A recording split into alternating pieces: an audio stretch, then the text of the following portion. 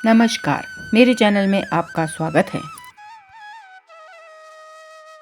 श्री राम, श्री मर्यादा पुरुषोत्तम राम। सनातन धर्म में श्री राम जी का महत्वपूर्ण स्थान है। श्री राम जी भगवान विष्णु के 7वें पूर्ण अवतार हैं।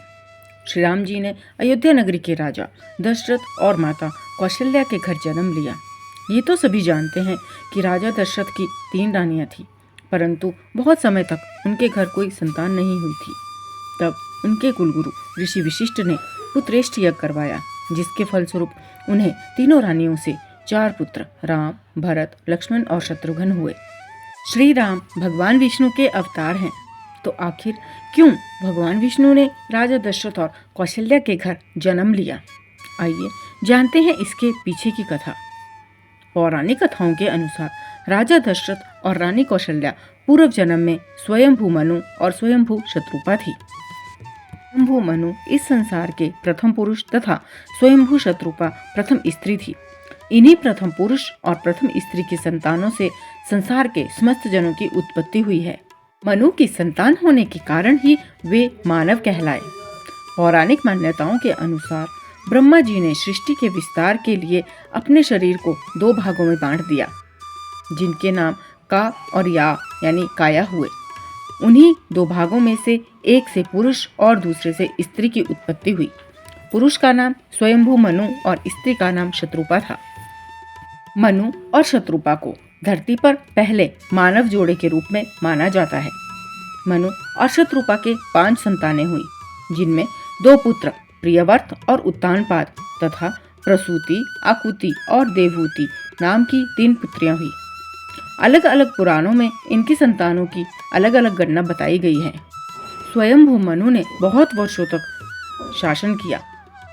अपना राज्य अपने पुत्र को सौंप दोनों नैमिषारण्य जाकर भगवान विष्णु का ध्यान करने लगे।